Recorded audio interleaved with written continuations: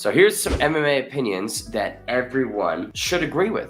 I'm gonna roll through like 10 to 15 of these takes that everyone should agree with. And listen, if we disagree, let me hear it. Be loud, baby, be loud. First one, Chael Sonnen is the GOAT. I think that's unquestionable. You know, I would certainly never say that the undefeated, undisputed, meanest arms in Westland, Oregon is anything but. John Jones's only loss needs to be changed to a W or a no contest.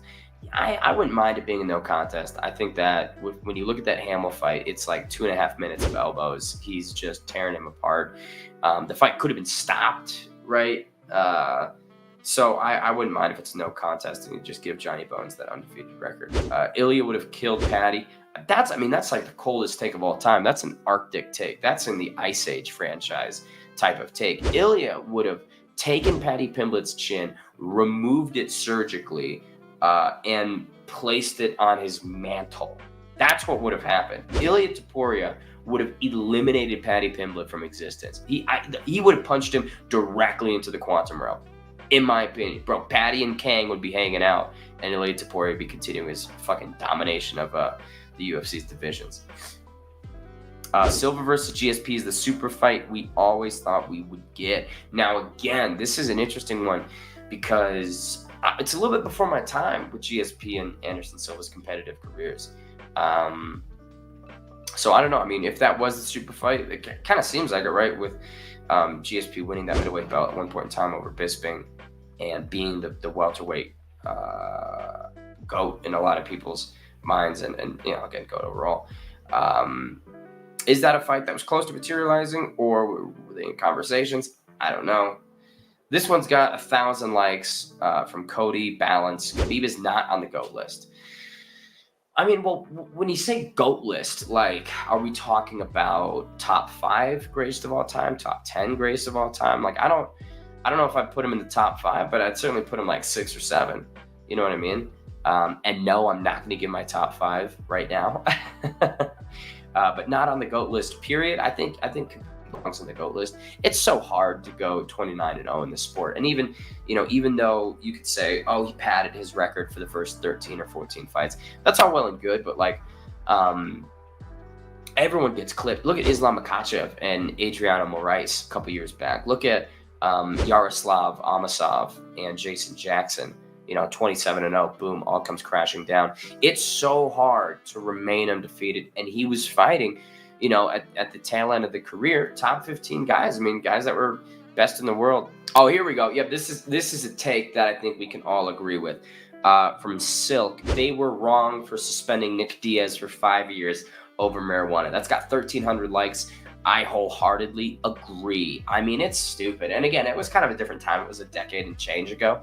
But that's unreal. 5 years, a 5-year suspension. That's a career ender. That's what it was. It was a career ender. And for what? It's not like marijuana is some sort of PED or an EPO that's enhancing his performance. I again, a little bit before my time, but looking back on it, especially with how marijuana is treated these days, where it is legalized and there's no suspensions anymore, it's just a decision from an athletic commission that's aged so poorly. Fox Warrior, yeah, so dumb. TJ got 2 years for EPO. TJ Dillashaw was quite literally cheating in championship fights, and they suspended him for 3 years less. Like, that's stupid. Here's what it does. It just tells me they had an agenda. All it tells me is that there was some sort of agenda against Nick Diaz, and that he was a bit of a martyr, I suppose. Oh, here's one. I don't know if I disagree with this. This is from Sheriff. Majority of mixed martial arts fans dislike Israel Adesanya because it seems cool to do so. They follow the bandwagon.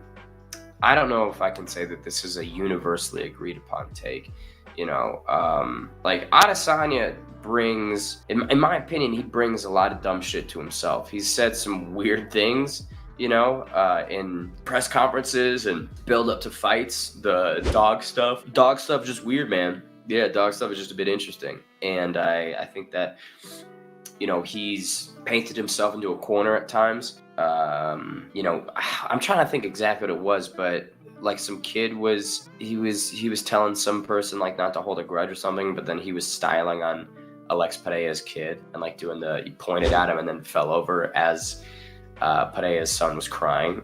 I mean, like here's the thing: if he just committed to being the villain, if Israel Adesanya committed to being the villain and was not apologetic and was not backtracking on anything or making some weird points at times, if he was just a fucking heel, I think he'd be a pretty fine heel. You know what I mean? Like, that's kind of a funny move to hold a grudge against a literal child who, you know, was parading on you when he was like 5, and then years later throw it in his face while his dad is still unconscious. That is an unbelievably heel move.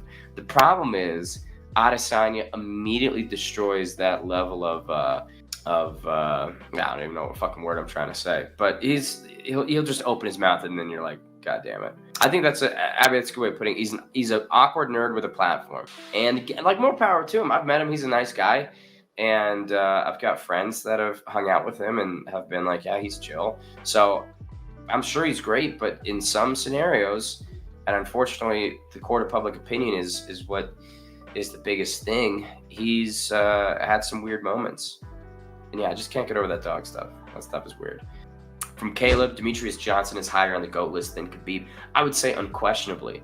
I mean, Demetrius Johnson's reign as the flyweight king was unreal. I mean, again, that was a bit before my time, admittedly. But going back and just seeing the length, I mean, the size, the amount of defenses he had. Khabib, the 29-0, is great, but he only had 3 title defenses, and all the guys that he defended the belt against have lost in worse ways since to other people, so in my opinion, it's like those don't age the best.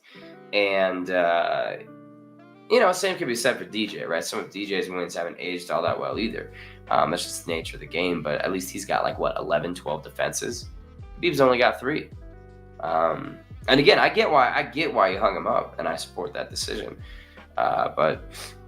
Here's from Tomas, KC employee. UFC is the leading brand in mixed martial arts and most likely will be for the foreseeable future. I agree with that.